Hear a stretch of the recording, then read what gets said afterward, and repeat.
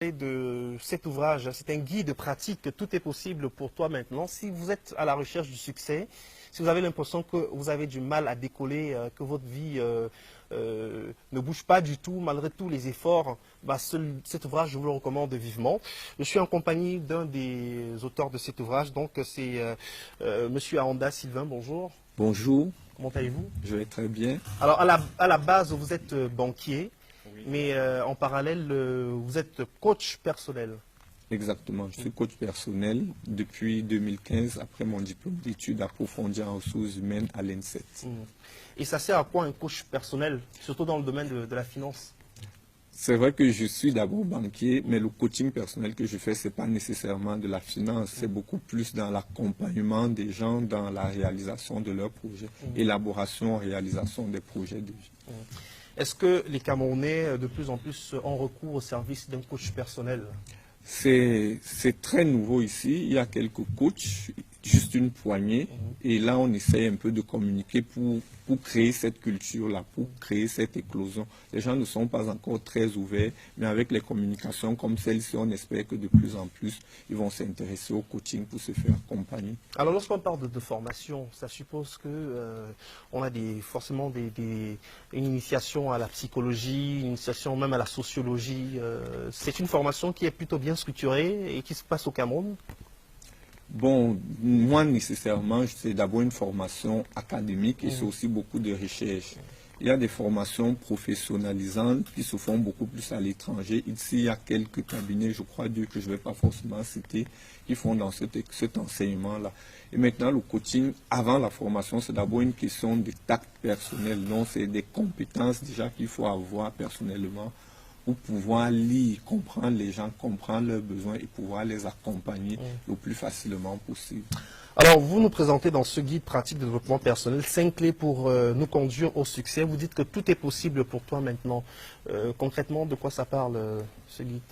Bon, déjà, l'idée du tout est possible, c'est une question de croyance. Dans la vie aujourd'hui, on réalise quelque chose en fonction qu'on croit qu'on peut faire ou qu'on ne peut pas.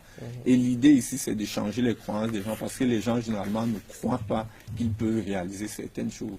Et l'idée du tout est possible, ça va d'une expérience personnelle vécue par moi-même. J'étais dans une situation calamiteuse, j'étais dans un gouffre et j'ai utilisé une démarche qui m'a été proposée aussi par quelqu'un qui m'a coaché. Pas à pas, je suis sorti de cet état pour atteindre l'état dans lequel je suis aujourd'hui.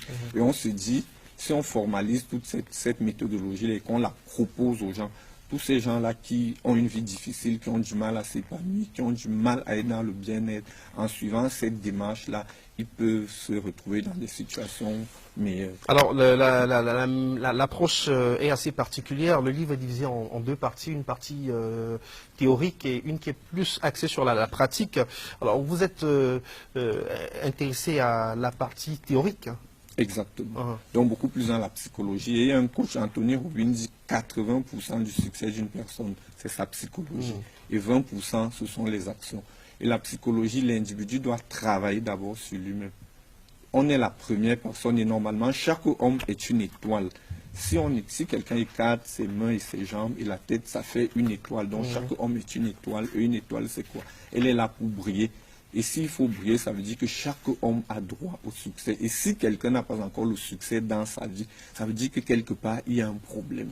Et à travers ce livre, on se propose de donner la méthode aux gens pour résoudre ce problème. Alors voici un extrait, je vais lire un peu ce qui est dit en introduction. Tu es né pour briller, parce que tu es une étoile. Pour le découvrir, lève-toi, étends tes bras et écarte tes jambes. Voilà une étoile. Plus encore, l'étoile en anglais se traduit par star. Alors tu es une star. Sois-en conscient comme une star. Tu as le droit à la célébrité, au succès, à l'abondance, au bonheur et à la joie. Tu es unique et naturellement programmé pour réussir. Si le succès n'est pas encore dans ta vie, cela est inconcevable. Que jaillisse la lumière qui réside en toi afin que ton bonheur atteigne les autres. Nelson Mandela l'a compris et il a déclaré « En faisant scintiller notre lumière, nous offrons la possibilité aux autres d'en faire autant. » Voilà pourquoi tu es né, observe ta vie. Sache que jusque-là, chacune de tes décisions et de tes actions l'ont façonné. Il suffit d'un réajustement pour changer ta vie. Ça veut dire que c'est vraiment une prise de conscience personnelle. Tout part de la volonté personnelle, le désir de changer. Exactement, ça part de la volonté personnelle. Et les gens ont deux types de problèmes. souvent les gens ne savent pas ce qu'ils veulent, et quand bien même ils savent ce qu'ils veulent, ils ne savent pas comment l'obtenir. Et donc, c'est cet accompagnement-là que nous proposons. C'est essentiel que les gens croient en eux. Et la jeunesse d'aujourd'hui manque de repères. Et ce livre se propose justement de répondre à cette absence-là, à ce manque. Et on espère vraiment que l'impact y sera énorme. Alors, vous avez des clés, on ne va pas rentrer dans tous les détails. La première clé, le connais-toi toi-même. Connais-toi toi-même. Le connais-toi toi-même. Et je crois que c'est la clé la plus importante parce que l'individu, il va en lui. Et le problème de la plupart des personnes aujourd'hui, c'est qu'elles ont perdu le contrôle de leur propre personnalité. Et maintenant, quand on est dans la psychologie, il y a ce qu'on appelle le conscient, il y a l'inconscient. Le conscient, c'est la pensée, c'est la raison, c'est le jugement. L'inconscient, ce sont les émotions, c'est la passion.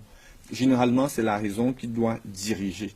Mais malheureusement, chez la plupart des gens, c'est la passion qui dirige. Vous allez voir quelqu'un aujourd'hui, il décide par exemple d'arrêter de boire de l'alcool parce qu'il se rend compte qu'il dépense beaucoup dans l'alcool et il a du mal à subvenir à ses besoins.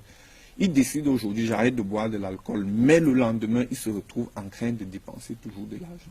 Ça veut dire qu'il va aller dans une direction, il va dans une direction contraire. Comment donc reprendre ce contrôle de notre propre personnalité, dont la démarche est précisée là dans notre processus. On a la deuxième clé, maîtrise ton monde intérieur. La troisième clé, éduque ta pensée. Et puis la quatrième clé, libère ton potentiel. La cinquième clé, reste dans l'action continue. On ne va pas en dire plus, hein, parce que vendredi 31